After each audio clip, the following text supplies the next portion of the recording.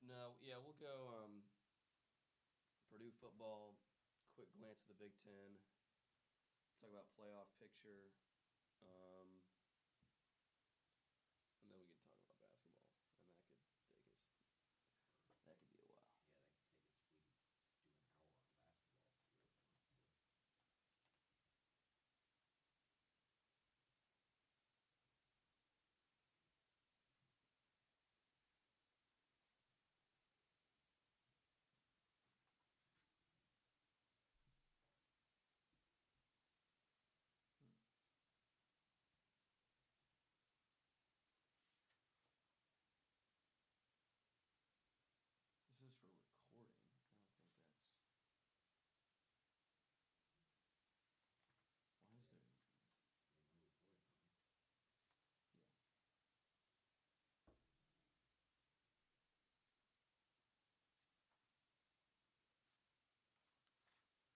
All right, I'm probably just gonna unmute us here a little bit. But see, we don't have levels though. Like, check, check, check. See, that's so low. Why is the gain? I don't want to like mess with too much stuff, but Yeah, I mean, you should be able to. Because doesn't it usually pulls up a software, I think, on the other computer yeah. that just kind of like. It's like Adobe something, isn't it? Adobe. I think it is. There's Fast Track, Radio DJ. It may be Radio DJ. This is the folder I have up. I don't know which one to. Like, there's a PDF here. Oh, it doesn't say in that packet then. It wants me to get on this Audacity thing. Need Yeah. to get on that on here, I think you can do it off of there. off the Mac. Yeah, off of Dell. You may be able to do it off the Mac though. I can't remember. I remember it was up on here. I don't. Maybe it's on there then. Yeah, because Audacity is how we check levels. How you check levels? Here, let me show you. Open. Okay, Finder applications. There we go.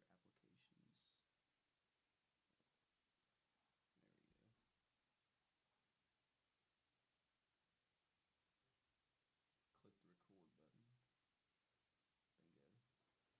Check, check. Nothing. I got a little something on here, but shouldn't there be? It should be popping up here. Yeah. Check. Check 1 2. Check 1 2. Yeah, you got nothing. Wait, is it recording? Oh my god, this mic is the one that's plugged in. Oh, okay.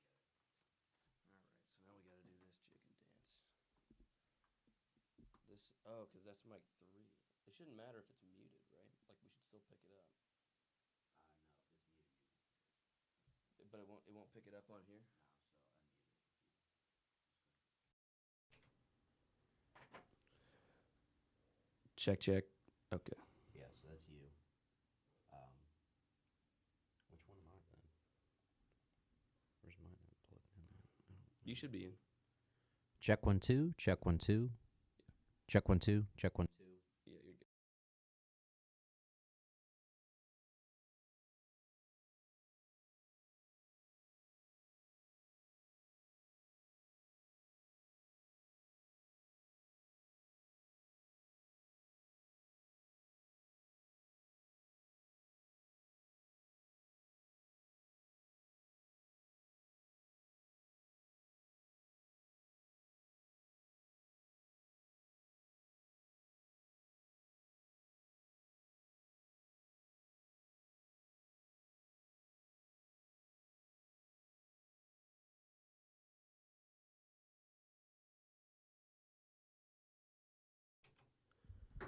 Good morning and welcome to Fulton Fitz here on Boiler Productions, part of Roundhouse Radio. Fulton Fitz is the show. We have Connor Hoke filling in for Evan Fitzgerald, who is absent today. Connor, great to have you. Wonderful top of the Thursday morning to you. Yeah, thank you. I'm excited to be here. I got my coffee. I had my snack cakes for breakfast. I saw you rolling in with that nutritious start to the day. Yeah, that's let's go with that. Let's go with that. Yeah. But needed to get a little something in my system, but I'm ready to go. All right. On the docket today, we have, of course, got to pay our due diligence to Purdue football. We'll take an expanded look at the Big Ten, and then getting into the playoff picture. It is that time of year. Got to look at the NCAA postseason implications, and then Connor, believe it or not, I know you're antsy to get into it right away, but we'll talk about some Purdue basketball. I am excited. I'm excited for both things. I think we'll probably touch on the great game last night, which obviously I'm referring to that game time winner by Phoenix, the Phoenix Suns, to take that regular season victory against the Portland Trailblazers. Of course, I'm joking. Of course, the game. Yeah. Of course, I'm joking. I'm sure that we'll talk a little Cubs and Indians Game 7 at some point today. All right. First things first. Last Saturday, Purdue started off innocent enough against the Nittany Lions, falling 62-24. Things really got out of hand in the third quarter and then continued over into the fourth. David Blau did put the ball in the air 50 times for 281 yards, 2 touchdowns, and an interception. Markel Jones only 46 yards off of 7 carries. Yancey with 66 yards on 2 receptions, but, a boring stat line, and really the second half of the game was pretty abysmal for the offense. Things started so well, though. Purdue looked explosive. They looked energized. They looked like they had come out ready to play for once. Yeah, I mean, it looks like that energy that we had seen last week against Nebraska was going to carry over, and at least for the first half, it looked like, okay, they're going to be in this for the second half and maybe have a chance to steal one away at home. But I think what ultimately ended up happening is you just saw where Coach Hazel's recruiting failures are starting to take hold. Mm-hmm. They just don't have the depth behind the starters to play with the number 24 team in the country. Those guys got worn down. It doesn't help that they've got some injuries up front. Rapogel hasn't been playing with concussion-like symptoms. But when you're asking Lorenzo Neal, who's a true freshman, and Eddie Wilson to play most of the game, those guys are going to get tired. They're going to get pushed around, and you start to see Penn State run the ball real well in that second half, and that ultimately was what led to the blowout. Well, especially on the defensive line when you really need 6 guys who can play, 7 guys who can play effectively. Yeah. And Purdue has, 4? 4. I would say 5, 0 in the second half. 5 when healthy. Yeah. But it's not just the offensive. It's not just the defensive line. You look at the linebackers. Mm-hmm. Marcus Bailey right now is playing. I think is playing good football, but for whatever reason, I don't know if it's because he tore his ACL last year. He's not physically as far along as he should be. He's not making plays in the hole when he's there. It's not one of these cases where like Marcus Bailey is at the ball, meeting guys in the hole a lot, but he's getting shook off by these running backs, and you can see Juwan Bentley doesn't look right after the ACL tear from last year, and both those guys have looked a step slow. The linebackers have struggled to tackle, and Purdue's just they're so young, they're so thin, and honestly, they're not very good in the back end and the secondary. Well, and I think you mentioned Marcus Bailey getting out physical by some running backs. I think that's a theme for this whole secondary and linebackers. Really, I mean, I've been watching DBs get blocked by wide receivers the entire year. And as a DB, that's a pride thing. Yeah. This is a lot of receivers, blocking is not their favorite thing. And yeah, they're going to get after you. But as a defensive player, you got to come out and hit them in the mouth. And you look at some of these big plays down the field from Penn State and from other teams that Purdue has played this year as well. And cornerbacks and safeties are getting pancaked by slot receivers, and that just shouldn't happen. Yeah, and that falls upon both the recruiting, but also it's on some of those older guys. Mm-hmm. You think about, they're playing, C.J. Parker and Navon Mosley in the back end of those safeties. Both those guys are new to the program. Mosley is a true freshman. Tim Kaysen redshirted last year. I'm fairly certain. Actually, he didn't play last year, so he's a true sophomore. So he doesn't have any big time playing. Josh Hayes, not CJ Hayes. Josh Hayes is a true freshman from Indianapolis.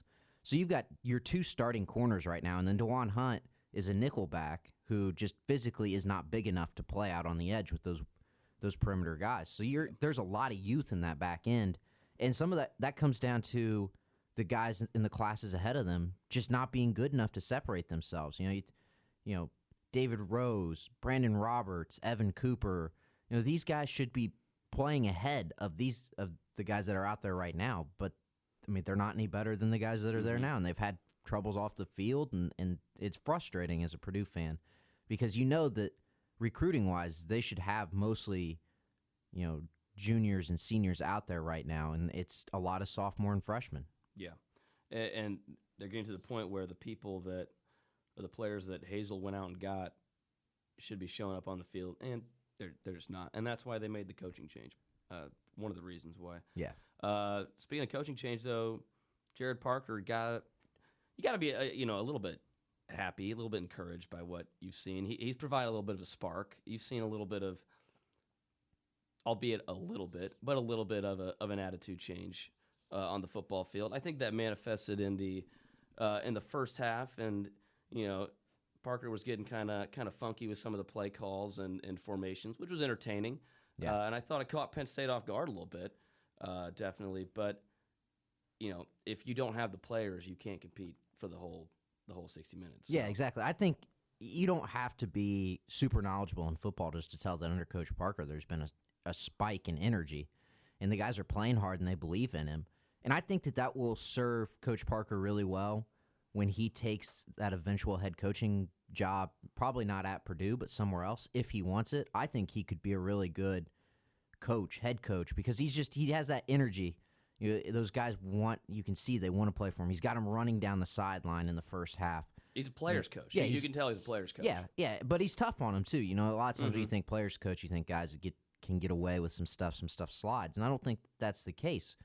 But he's there for those guys. He gives that tough love. But because he was very candid about it in the interviews, this week, that there's a losing mentality in that locker room right now that they have to change. He didn't sugarcoat it. He said that if we're going to play with the losing mentality, we're going to get beat the rest of the year. We have to get rid of that, and that's a tough transition to make in 5 days, 6 days. But just to address it, I thought was really bold on his part, and maybe just trying to get it out in the open for those guys who are kind of giving up in the third quarter when the game is starting to get out of reach. Challenge them, and he's doing that in a public manner. I mean, there will be people who they'll go back and forth on, is that the right thing to do? But I'm in the camp that sometimes you got to put something out in the open with these guys and really just issue a challenge on a public scale.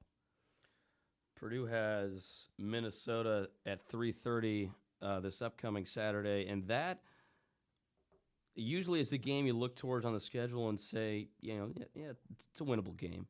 Minnesota somehow 6-2. They haven't played the toughest of schedules.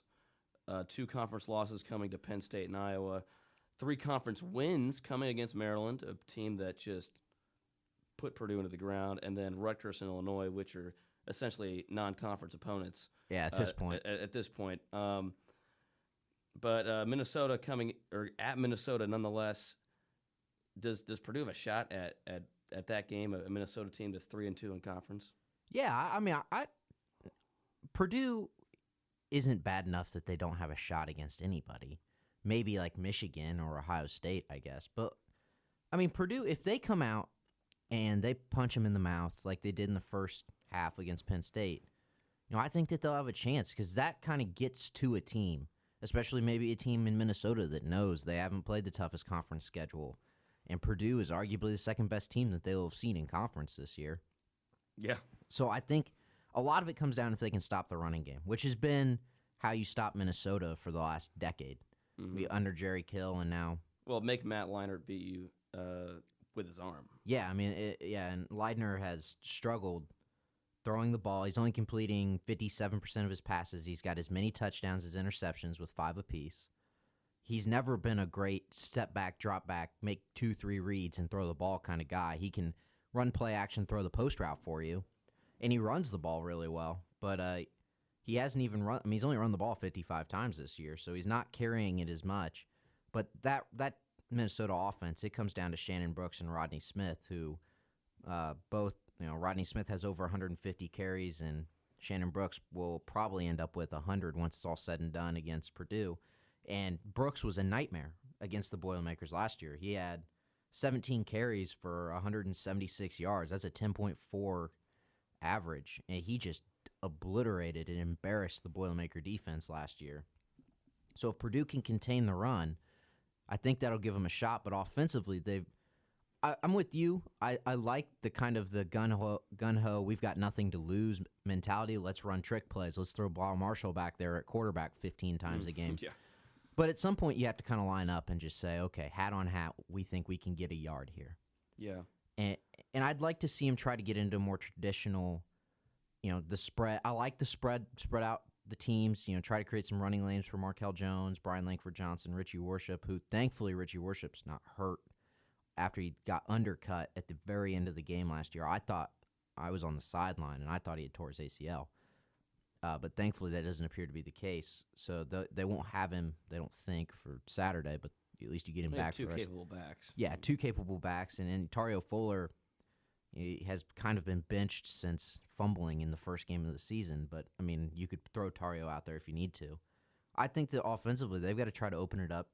I would say throw the ball down the field, but Blau's not very good at throwing the ball down the field right now. No. And he's just a sophomore, but he underthrows a lot of those balls down the field, and that puts his wide receivers in tough positions. Yeah, I was really encouraged by the way he threw the ball down the field at the start of the season. But the game last Saturday, I thought was a poor performance with these longer throws, and not even the ones down the field, but just to the far sideline. Maybe there were a lot of throws that were just 5 yards short, and Blau, he had time. He just shorted it, and like you said, putting his receivers in bad positions.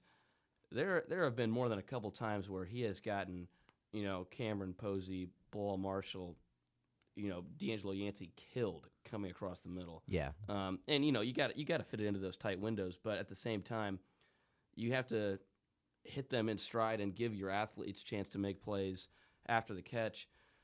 I think Blau throwing the ball downfield is what could make this offense potent go. Yeah. And in the games that they've won, they've thrown the ball down the field very well, and they've had big explosive plays down the field, especially with guys like Bilal Marshall, who his playmaking ability has really been pronounced throughout the entire year.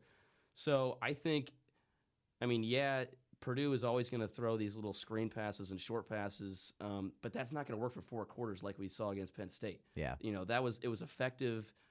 Keeping them off balance. See it once. You can get it one time, 2 times maybe.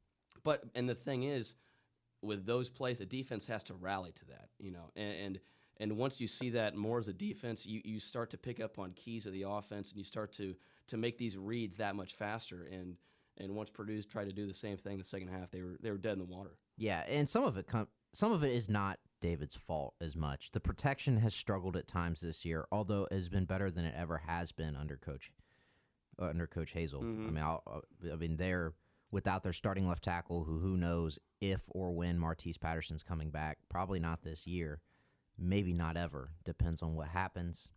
Depends on the new head coach. What they decide to do. But I think Matt McCann, who's a redshirt freshman, has been solid at right tackle. Kurt Barron's been pretty good in the middle at that center position, and then Michael Mendez, who's really, if you look at the depth chart, it's basically just Michael Mendez is the backup for everybody. And he was pretty good at left tackle at times last week. I think that Purdue's done a good job on the offensive line, and the short to intermediate passing game's been pretty solid. You talked about a couple times he's thrown into traffic and he's gotten some guys leveled. Mm-hmm. But by and large, anything 20 yards and in, I feel like Blau's been pretty accurate with it. I just think, not to get too much into the minutia of the quarterback position, I think his footwork isn't great on those deep throws. I think he gets on his back foot a little bit, and he doesn't push off on his front foot. And I think that's part of the reason that he underthrows a lot of balls, is he's not pushing off forward. It's like trying to throw a baseball. If you don't plant that front foot and throw off that front foot, it's hard to put a lot of power on the ball. And I think that's kind of hurting him at times. Yeah, and I'm a Colts fan, so I'm used to watching Andrew Luck having about 1.5 seconds to get rid of the ball, and so I see Blau drop back, and he's got 3 seconds in the pocket, and I'm thinking this is a great protection. Yeah. And so I think, considering how how the team has struggled, I think, relatively speaking, the offensive line has done a reasonable job in pass protection. It's not like Blau's getting, drilled once every 3 downs. So I think they've done a good job on that front. But then you talk about run blocking, and that's a whole other story. And I don't know if it's the schemes that are failing them. I don't know if it's, I don't think it's poor vision by the running back, because I think we have some really good backs. But the running lanes have not been present, and you have to run for more than 47 yards in the Big Ten to be effective, even if you're going to run the spread offense. And Markel Jones is a good back who can shake tacklers and who can, run through contact, but not if that contact is a yard and a half, behind the line of scrimmage. And so I think Purdue, throwing the ball downfield, yeah, that'll make them potent, but they'll still struggle to be relevant and still struggle to be a team that can control a game if they can't run the ball and put the ball on the ground effectively. That about wraps it up. I'm about done talking about Purdue football for now. We do have college football playoff rankings. They have come out. That excitement has started. The top 4 for the playoff picture of Week 10, Alabama, of course, Clemson at 8-0, Michigan at 8-0, and Texas A&M at 7-1. And that last one got me wrong a little bit. I'm not going to lie to you, Connor. It doesn't sit well with me, considering some of the other teams in the field. Yeah, no, I'm with you, and we kind of talked about this before the start of the show. Now, I feel like Washington's getting gypped. Yeah. I think it's unfair. I think it's West Coast bias, which I know I talk about probably too much and probably make a bigger deal out of it as it is. But, you think about, Washington on Saturday plays at 10:30 at night on Saturday. Only a quarter of the viewing audience in the East Coast is going to watch that game. For its entirety, it's going to be even fewer. Some people might watch till halftime, then go to bed. I don't think they get as much playing, they don't get to be seen on the national level. Texas A&M is in the Eastern time slot. They play in the SEC. That's a prime viewership. You see a lot of people watch that game. I just think that Washington's getting disrespected. I think that they're one of the better teams in the country, and I hope that, and obviously it's only the first week that the playoffs out. We're probably overreacting a little bit, but I hope that they slide in there here at some point. Look at their body of work over the course of the year, and they've been putting teams away. And granted, the Pac-12 is weak this year. Yeah, and it is bad. We were talking before. We have Washington and Washington State atop the North, the North Division of the Pac-12. Yeah, and then Colorado atop the South. So, Colorado's a good team. Yeah, and Washington State and Washington are good teams too. But it's just top to bottom, the Pac-12 isn't what it was last year. Well, here's my problem with Washington being the first out. I think they are one of the most complete teams in college football right now. And I don't think there's a lot of teams that play together as a unit better than Washington. I think there are a lot of teams more talented than Washington, but I don't think, especially on the defensive side of the ball, they play as a group. It's not 11 guys out there. It's one defense. And that's what impresses me the most, and that's why they've been able to just demolish teams. 70-balling Oregon, that's no small feat. Granted, an Oregon team that's down, but still. It's still Oregon. Yeah. And then doing what they did to Stanford at the beginning of the year, I think just their body of work has been so impressive. Then beating a good Utah team as well. I don't know how you have them at 5 in the playoff rankings behind A&M. I think A&M's a really good team. I think they have a lot of talent. They have an explosive offense with a pretty good defense. And you look at who A&M's beat. They beat a then 17 ranked Arkansas, and that win looks less and less impressive every week. And so does their win against Tennessee. Tennessee was not even in the AP top 25 anymore. So I think that the biggest thing with A&M is you take a look at the remainder of their schedule. This week they're at Mississippi State. That's not a bye week. They've got the week following that, they've got Mississippi, Ole Miss coming in to their place. Then they've got UTSA, probably not much of a game. And then they finish up the season with LSU coming to visit. And LSU, depending on what happens this week against Alabama, could very well be also in the conversation for LSU's the trying playoff to make a mix. run. Yeah, I mean, they're undefeated under Ed Orgeron. And crazy to think. I don't know that they'll beat Alabama, but yeah, I mean, this is a good team. It's coached by Kevin Sumlin, who's a former Boilermaker, who's had success everywhere he's been as a head coach, first at Houston and now at Texas A&M. And I know Texas A&M fans are frustrated with him because they feel like they should win 10 games a year and win the SEC West each year, but I just don't know that's necessarily doable. It comes down to Trevor Knight for me with Texas A&M, especially on that offense. He has to be consistent, and he's a bit of a gunslinger. Yeah, he has to be responsible. Yeah, I think. yeah, I think that's where and he's one of his pitfalls. Yeah, and he'll turn the ball over. He's not afraid to because he'll throw it into some tight windows that he probably shouldn't. And that's a tough schedule, to finish out the year. So I could see him dropping one, maybe two, and being out of the picture, and that would allow Washington to slide in. And Washington has a considerably easier schedule to finish at Cal this weekend than USC and Arizona State at home, and then finishing up at Washington State.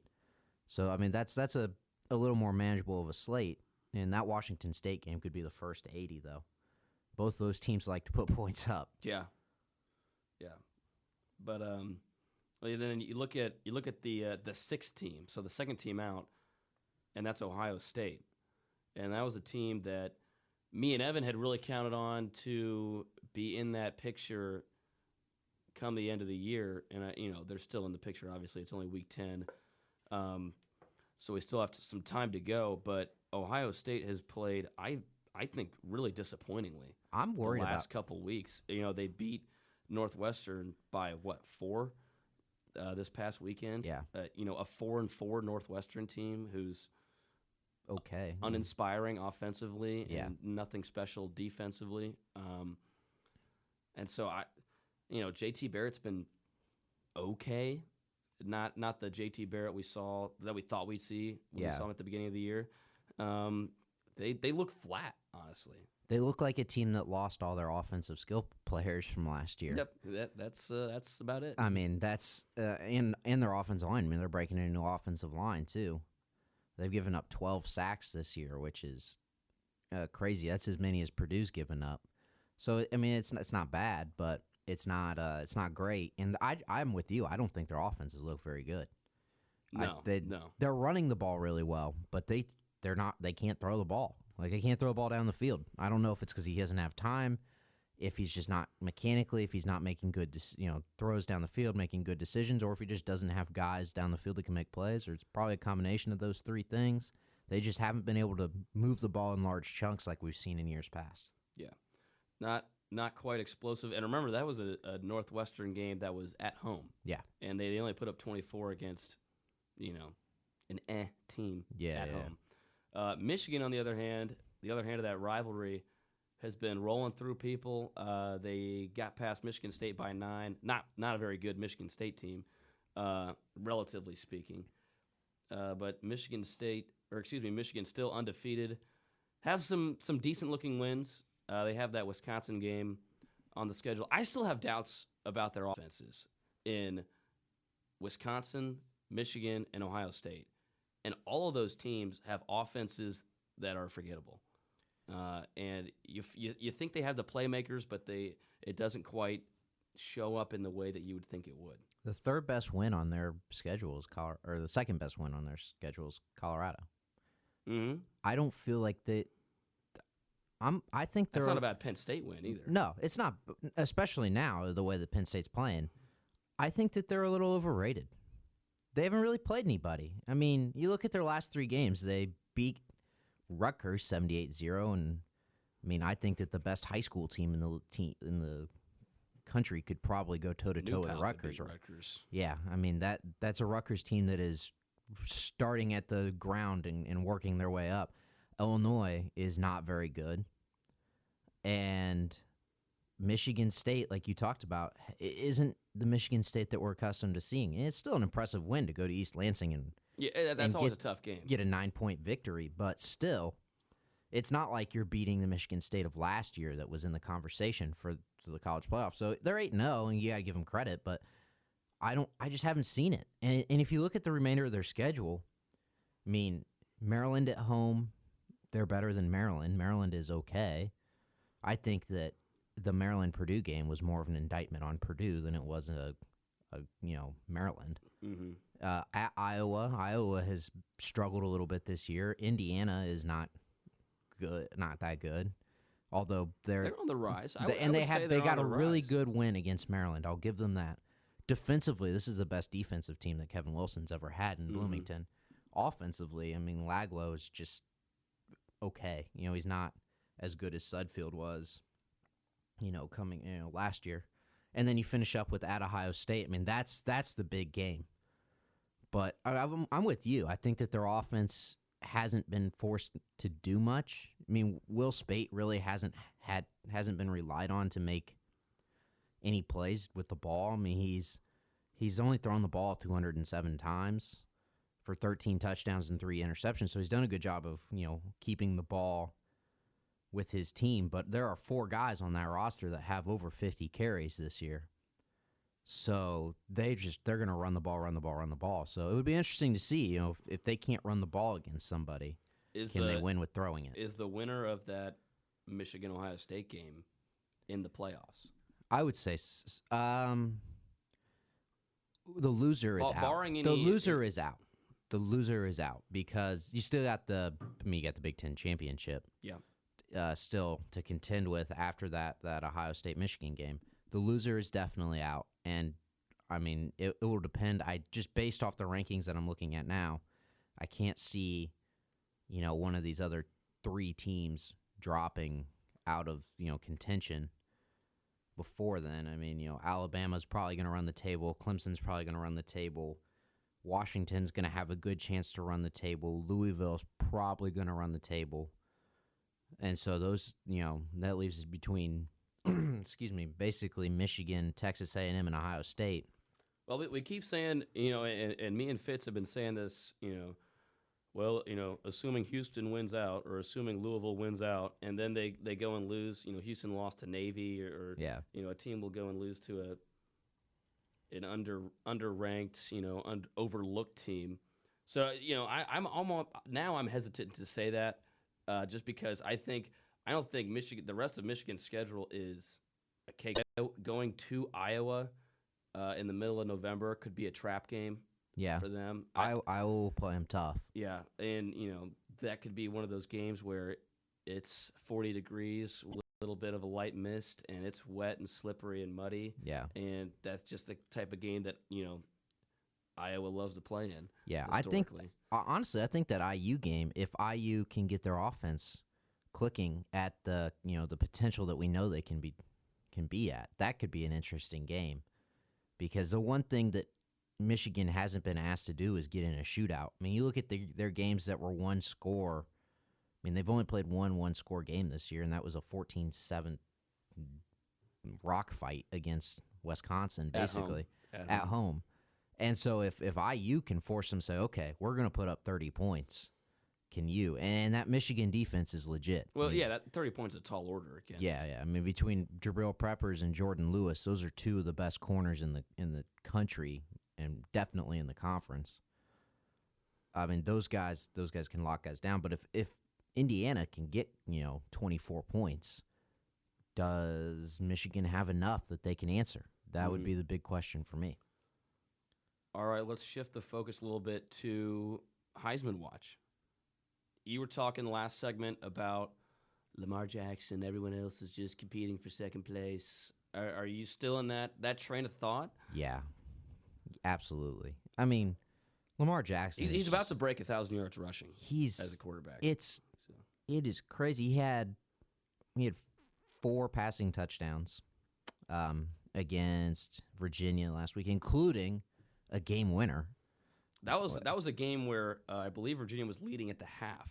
Yeah, and then took a late lead in the fourth quarter on what was a gutsy but excellent run, slant, kind of play action slant route down on the goal line. And then Lamar Jackson throws it about 30 yards through the air on just a go route to the back pylon, and they come away with a victory. That was impressive. The one guy that Fitz was real high on when I was here last week, Jake Browning. I mean, Browning is a good quarterback. I just don't think that he's got. It's hard to be a Heisman winner when you're a good pocket passing quarterback. Yes, he's just. I mean, he's got 28 passing touchdowns this year, but against Utah, he threw only 186 yards, 2 touchdowns. Like, that's pretty pedestrian. I don't know that he's really got a chance. I think that Deshaun Watson is a really good quarterback, but I'm looking at it. Jabril Peppers, I think, is the only guy that's got a shot. Just because of his dynamicness. Yeah, because of the two-way ability, kick returns, punt returns, defense, offense.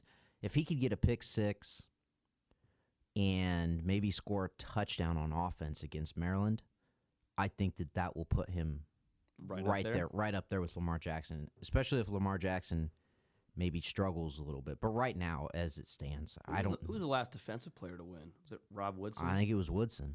Yeah. Who took it from Peyton Manning, I believe. Yes. What was that, 96? Yeah, that was almost a lifetime ago. A lifetime ago for you. For me, You weren't even alive when that happened. I was still in diapers when that occurred. The last guy to really even have defensive, be a defensive player to even be in contention, I think was Ndamukong Suh. Or actually, I take that back. Tyrann Mathieu had the Honey Badger had a solid year at LSU a couple years ago, but you have to be able to score and put some touchdowns on, which is what Woodson was able to do back in '96, and that's something that Peppers has been able to do now. But I don't know, unseating Lamar Jackson, that's a tall task. I think, well, look at the rest of Louisville's schedule. Boston College, Wake Forest, at Houston, which should be a good game. Two marquee quarterbacks, really, in Lamar Jackson and Greg Ward Jr. squaring off. 2 dynamic quarterbacks. And then at home against Kentucky. So there's definitely a lot of room there for Lamar Jackson to keep putting up, 300 yards of passing and 100 yards of rushing. Yeah, I mean, Pat Narduzzi's got Boston College's defense being pretty solid, but I'm looking at the matchup predictor here on ESPN, and they're giving Boston College a 5.7% chance to win this game. Wow, those are Purdue numbers right there. Yeah, this is a Boston College team that is 4-4, but they're 1-4 in conference. They've struggled getting into the ACC.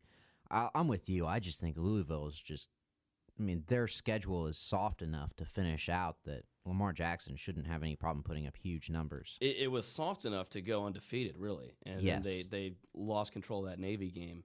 But that happens. I think a lot of people don't fully understand how hard it is to play that traditional triple option. Or not Navy, I guess. Clemson was the game that they lost.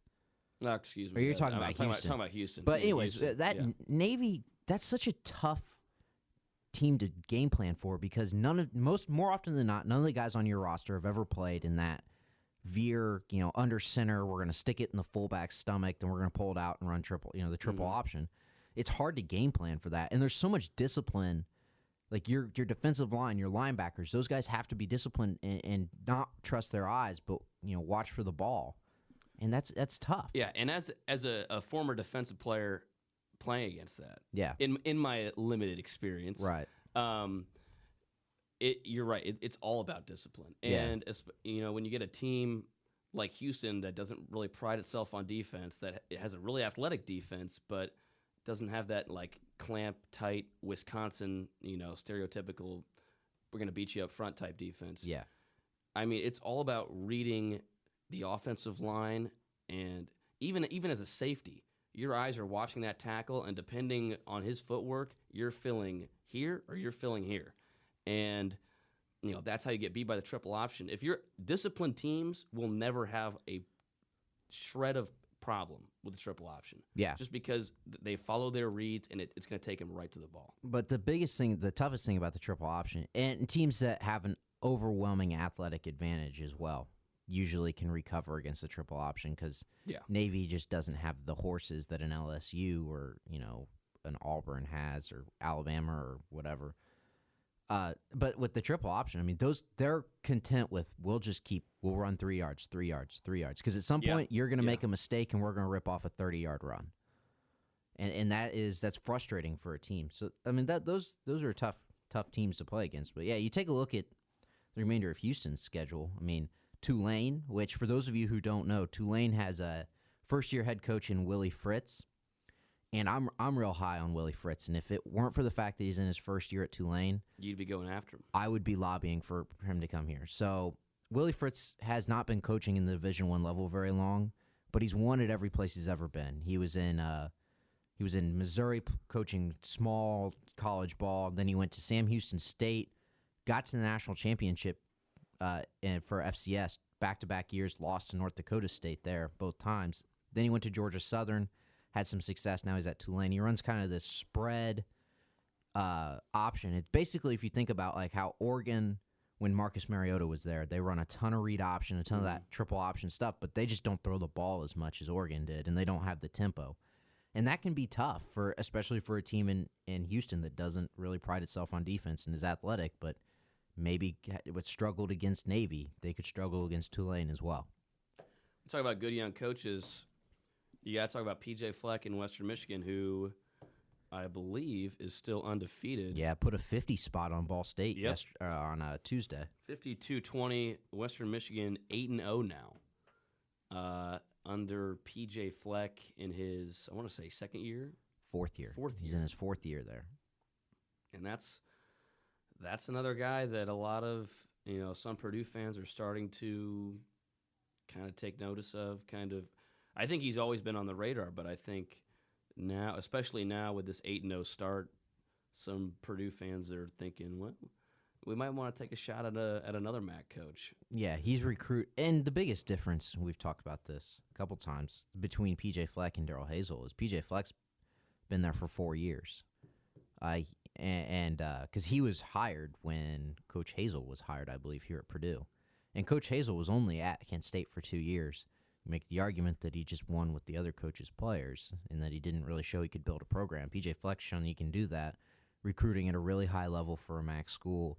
I watched Zach Terrell play in high school, their quarterback, and Terrell would tear us up twice a year. And now watching him play at Western Michigan, the progression and the progress that he's made from being a freshman to now a senior, I believe, is remarkable and very impressive. And how about Tom Flacco? Joe Flacco's brother is the backup quarterback there at Western Michigan. Really? Yeah, 2 rushes, 55 yards last against the Ball State Cardinals. Nice little change of pace. Yeah. Came in, I think, once the game was out of reach. But that's a Western Michigan team that's really good. But I think a lot of people, especially Purdue people, I think people want Les Miles. And if you didn't see it, Sports Illustrated released an article with Les Miles. He's been studying Baylor's offense, the up-tempo offense, the air it out, let's spread the field, and said that he's up to change if he needs to. And so I know that gets a lot of Purdue fans excited who have seen some reports. Bruce Purdue Fieldman, fans who want to see the spread offense. Yeah, too. yeah. Well, Bruce Fieldman of ESPN College Football talked about he was hearing rumors that Purdue's willing to open up the wallet a little bit, write a big check for a name. Well, college that's the question. coach. Are they going to pay for it? Yeah,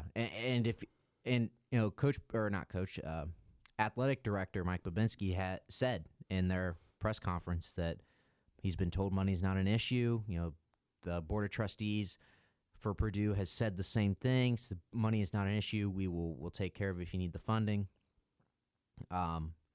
So that's something that if Purdue's willing to open it up, what do you think, Mike? Do you think that Les Miles? Let's just get hypothetical here. Let's say that if you can get Les Miles, do you want him over P.J. Fleck or one of these other young coaches? P.J. Fleck has done really good things with Western Michigan, and he out-recruited Hazel in Indiana. Yeah. And he was recruiting them to Kalamazoo, too. It's not like... to play in the MAC. Yeah. So that says something about the players he can go get. I don't feel comfortable with Les Miles, but I do want a guy who has won his whole career. Yeah. Now, he's won his whole career in the SEC, which is different ball than the Big Ten, but he also had different players in different recruiting regions. He knows the SEC. That's been his life. That's been his career, his legacy. Right. And so you have to think there would be some adjustment coming into the Big Ten just because, not just geographically, but just the culture a little bit. Mhm. And so, man, that is a tough question just because, you thought you had a hot up-and-comer with Hazel, and look where that got us. P.J. Fleck has done really well over 4 years, like you said. Right. And he's playing with his players. So I would not be uncomfortable, despite him being a MAC coach, which is kind of a turnoff. Yeah. Urban Meyer was a MAC coach once upon a time. They're all MAC coaches once upon a time, Right. basically. It's just a matter of getting the right one. I go P.J. Fleck. Okay. I would. I think Yeah. I think he knows. He's closer. Talking about time proximity to rebuilding a program, and I think his situation more closely mirrors what Purdue is going through a little bit. Les Miles, LSU has been LSU, and Les Miles has made that team better than they were before him. But it's not like he had a 3-win team, that was historically bad, and he turned the program around. So I would go P.J. Fleck, but I'm still not 100% sold. I mean, I'm not sold on anybody after the last 4 years. Yeah. but, Well, I mean, either way, you're taking a gamble. yeah. So I've got to credit Tommy Barrett on this. For those of you who don't know who Tommy Barrett is, you can catch our podcast and our live show on Tuesdays, 12 to 1. Tommy and myself and Dakota Simon do a more Purdue-focused version of a sports talk show. But Tommy has talked me into Les Miles. Really? Yes. So Les Miles here in this article on campusrush.com says that he feels like he's got 10 to 12 years left of coaching. He's just turned 63. So he would be, 72, 73 when he was finally done. And I think that, and Tommy made this point to me, and I agree with him, if you go get Les Miles, it shows the rest of the country that you're serious about football. Even if it's not the right, you're right. Even Yeah. if it's not the right move. Right. And maybe, P.J. Fleck. I think that if you went and got P.J. Fleck, that shows that you're serious as well and you're trying to get the up-and-comer. It's not as big of a splash. It's not as big, but it doesn't have the splash factor. Les Miles did graduate way back when from Michigan. He's a Michigan guy. He knows the Midwest area a little bit better than I think people realize because he did. He did immediately. He went south and he coached, Oklahoma State and then at LSU. And so he's been down south mostly. But if he's willing to adapt his offense, I think he just name brand. He shows that you're serious about football being a contender, not only in the Big Ten, but in the country at Purdue. And it helps. I think it boosts recruiting immediately. Yeah, well, and that's the thing that I was about to mention. If you get Les Miles, how many Indiana players look to Purdue like that? Yeah. And I think people are naturally drawing a comparison to Fred Akers from back in the 90s, right before Joe Tiller came. But I think there's an important thing to remember that Fred Akers supplied some talent for Joe Tiller when Tiller got here. And they weren't overwhelmingly talented. They had struggled. But he immediately put his system into place, and they won 9 games or 7 games or something like that first year. And then he struck gold with getting Drew Brees, and the rest is history. If Les Miles shows up and they win 6 games a year, right? Let's say he comes in and they're not a 9-win team. They're not challenging for the Big Ten championship and maybe sneaking into the playoff. Say they win 6 games a year, they go to some bowl games, and it's okay. He should be able to put talent on this roster for the next coach, so that the cupboard is full. Because that's the biggest problem between the Danny Hope, Darrell Hazel era, is when Les Miles or whoever steps in this after this season. I don't know that there's talent there. Let's not act like this roster is devoid of it and there's not a single guy. There are pieces on this team that are good players and have shown they're good players. But I don't know if there's that depth. And I think that Les Miles immediately gives you an advantage in recruiting, especially with the new additions to the practice facility. They're renovating that. They're looking to add on to, Ross 8 itself Yep, and the do some lights things. closing off the south end zone. Yeah, and so I think that the nation needs to start to see Purdue University is invested in its football program being good.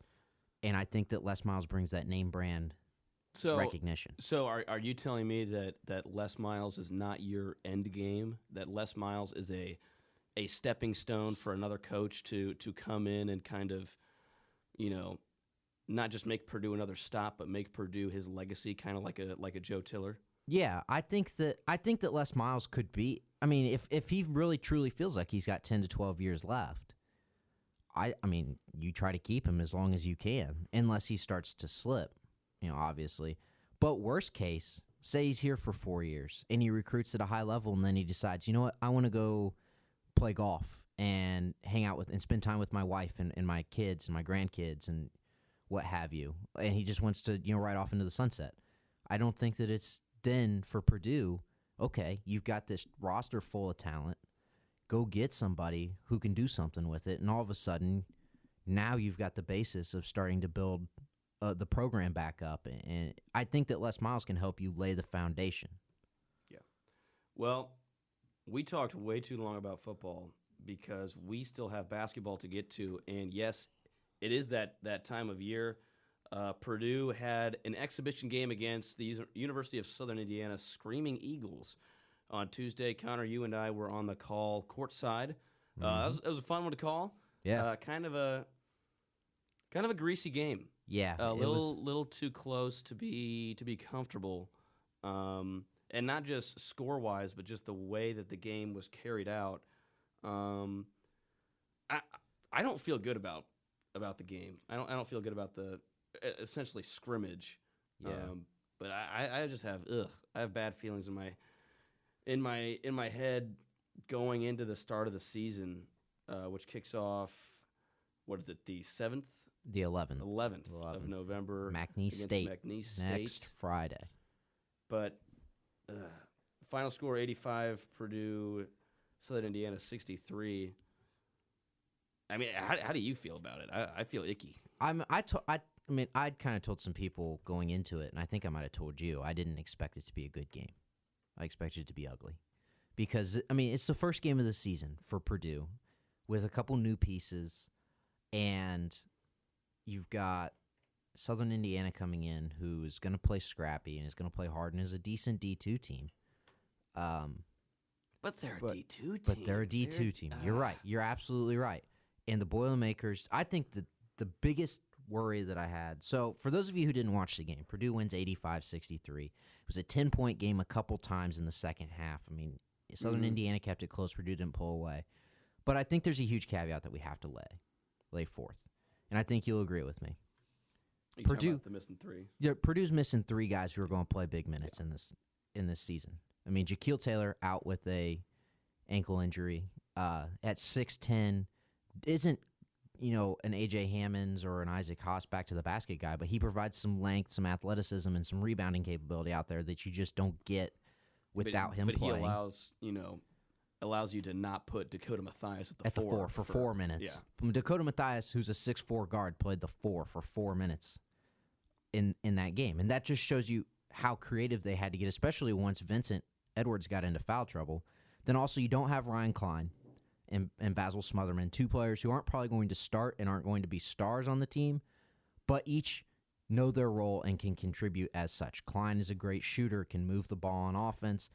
Basil Smotherman is a guy who could potentially be one of the better perimeter defenders in the country with his athleticism and his length. And offensively can get you a bucket occasionally, be a guy who maybe contributes Slasher, 8 points. Yeah. And so those three guys didn't play. So Purdue's down to 7 scholarship guys. Vincent Edwards gets into foul trouble. Carson Edwards got into foul trouble late, as did Isaac Haas. You played Grady Eifert 14 minutes. He played 11 minutes in the first half. Mm-hmm. Well, and I think the 3 fouls for Edwards is really what threw Purdue off balance a little bit and kind of got them out of some things they wanted to do. And I think that's also, that's not something that Vince does all the time. He's usually pretty responsible about fouls. I think he got some still getting his feet under him. First game of the year, getting back into the action. So I'm not too worried about that because I think that did have a big effect on who was out on the floor for the rest, especially the rest of the first half. But we did get to see some new faces, and we got to play with some new toys. One of them being Carson Edwards, who started off a little shaky, but made some really impressive plays. Yeah, I think that Carson Edwards is going to do this one thing. He's going to do two things the entire year. He's going to frustrate Purdue fans because he's a freshman and he's fearless. But then he's going to do some things where you're like, holy crap, that was impressive, and that's what we have to look forward to the next 4 years. Because he's going to, like, if you think about it, he comes down the baseline on one possession, splits two defenders, and gets a layup. Hard layup. Gets, probably got fouled, but they didn't call it. And then about 3 possessions later, he comes flying down the court with the ball and fires it into the back of the scoreboard trying to find Matthias in the corner, but just misses him by a mile. And that's going to be probably the freshman year Carson Edwards experience. A lot of freshmen struggle at this level because everybody's bigger, faster, the game's more complicated. And so I think that he, in time, can become somebody who contributes, but to say he's going to score 15 points a game is not realistic. I think with him, the biggest thing, and you see this with just about every freshman coming in, who's put into a big role immediately, and we're not sure how big his role will be, but he's going to get some minutes nonetheless. I think the big thing with him is Carson Edwards has to be used to being a piece on the team instead of being the guy. Yeah, I mean, guys like that in high school is Carson Edwards was the guy on his high school team back in Texas, and he was the guy who could shoot it 20 times a game and launch these threes from way out when the high school defenders can't get to him. Right. And so I think he's got to, you mentioned his passing, that errant pass, that happened a couple times. Yeah. I think that's somewhere he's got to get better at. Moving without the ball is also something that a lot of freshmen struggle with.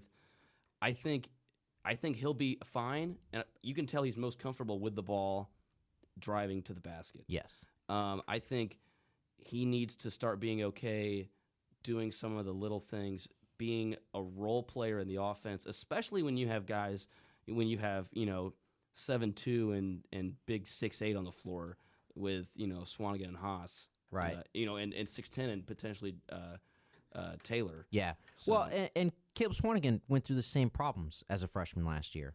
I mean, there were times where Caleb played for Caleb and was used to being the guy, in high school, and he could take threes whenever he wanted because there were no repercussions, and he's had to change his game at the college level. And to his credit, through one exhibition game, he's a totally different player.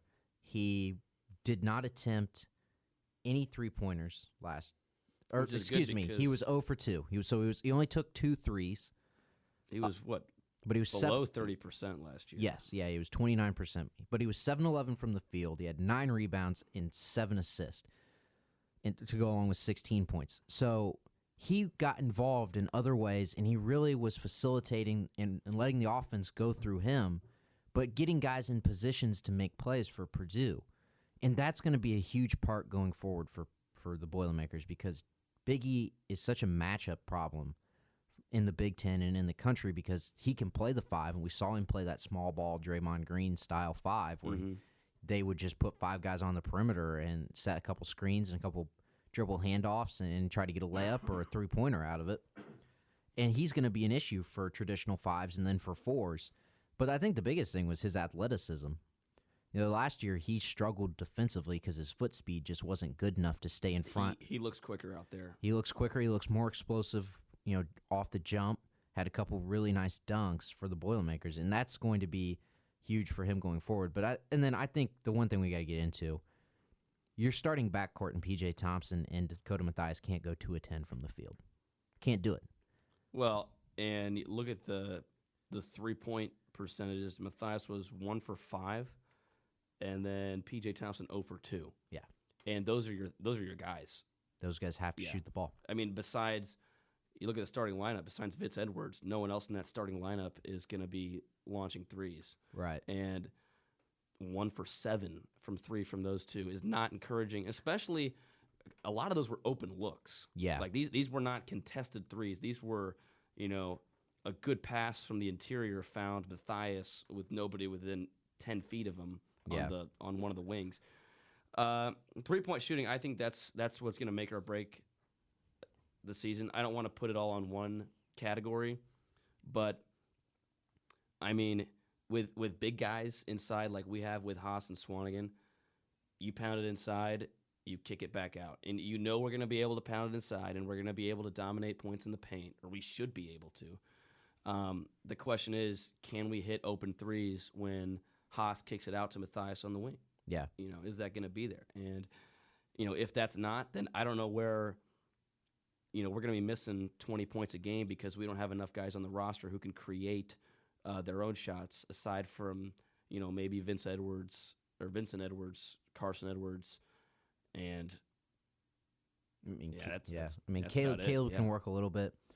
I think the one guy that it was good to see was Spike Albrecht go 3 of 4 from the 3-point line. Yeah.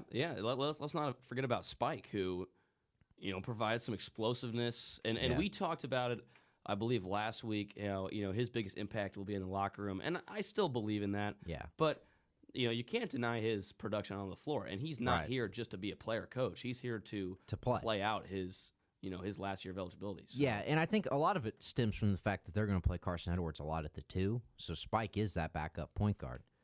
And I'll be honest with you, I really felt like his on-the-floor production wasn't probably going to be real impactful. I mean, maybe have a couple big shots here and there or make a couple plays, but I could be wrong on that. I think that he could be a guy who can provide some really good minutes off the bench, especially if PJ is struggling like he did from the field, and come in and give you, I mean, he played 24 minutes. He could give you 15, 20 minutes every night, a solid point guard play. And Spike's not a great athlete, but he does create a little bit with his passing ability. And if he can get inside, he can create some open shots for guys, but it comes back to, can you knock him down? He's heady. And he is. He has really good body control, too. That's one thing I've noticed, especially on the defensive side of the ball. Saw him take a charge at half court in that scrimmage. That was a really athletic play to get your feet set and under control and draw that offensive foul. Spike finished with 13 points, 4 assists on the night. Purdue out-rebounded in that game, 37-34. And I don't know how that happened because, I mean, you look at the rebound numbers for Haas, and Haas had 4 rebounds. Yeah. That's why right there. Yeah. I mean, Swanigan pulled down 9, Edwards with 7.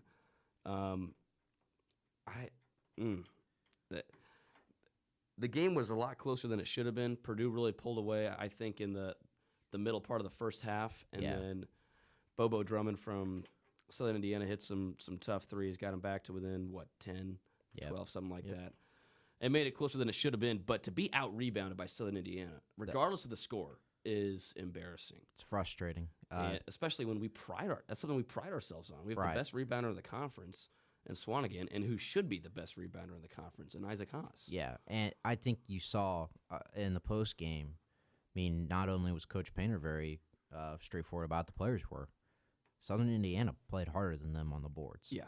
And they got after it more than they did. And that is something that the good news for Purdue fans, that's fixable.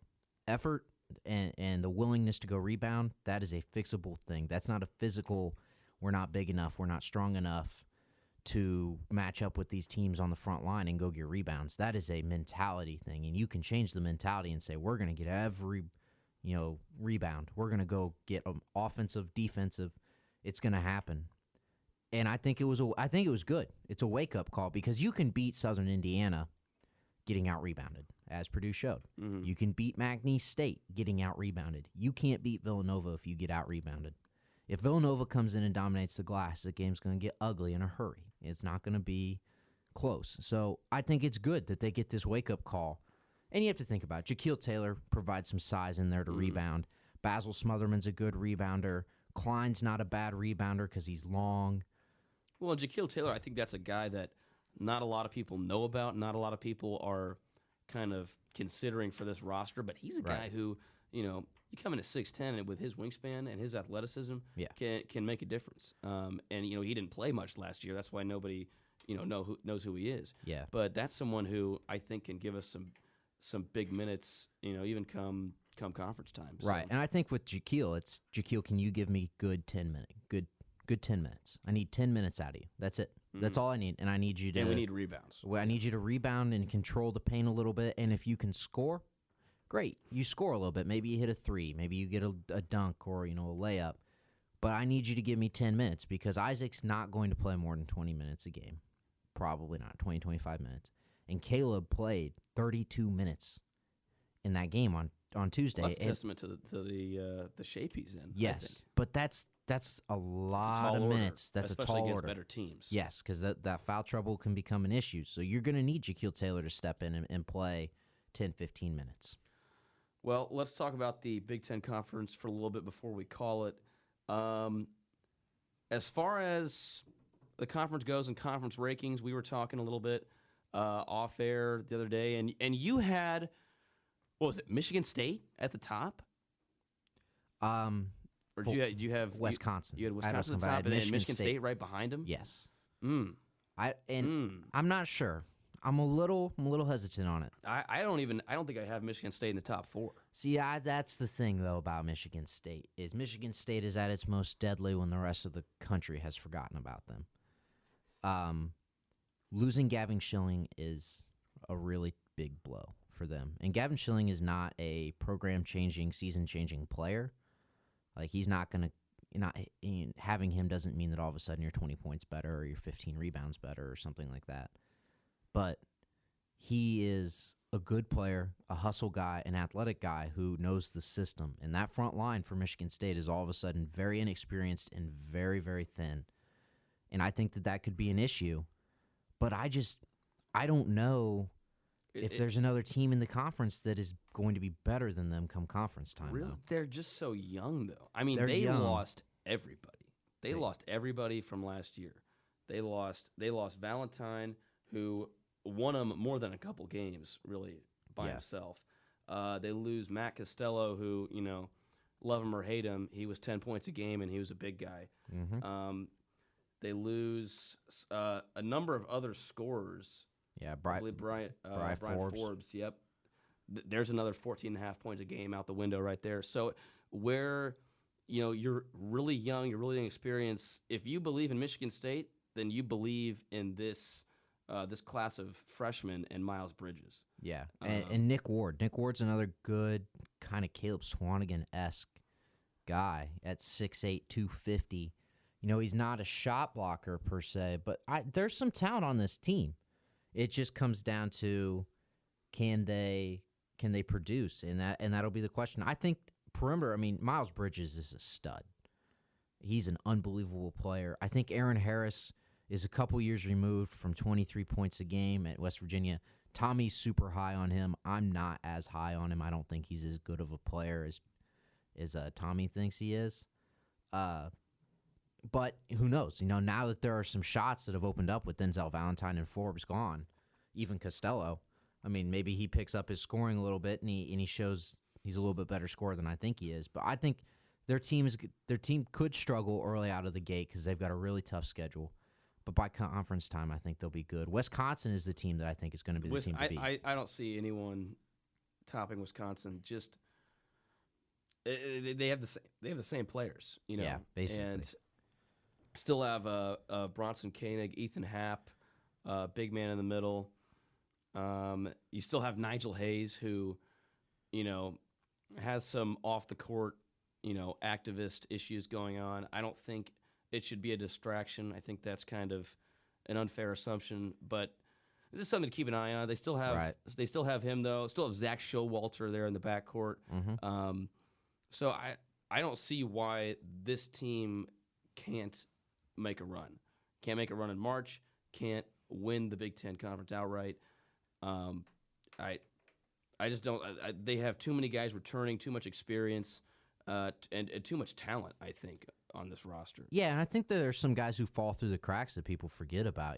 Obviously Nigel Hayes, Koenig, Happ, Showalter. Those are guys that are all kind of the star players. But, even a guy like Khalil Iverson gave him good minutes coming off the bench last year at 6'5". He's back as a sophomore.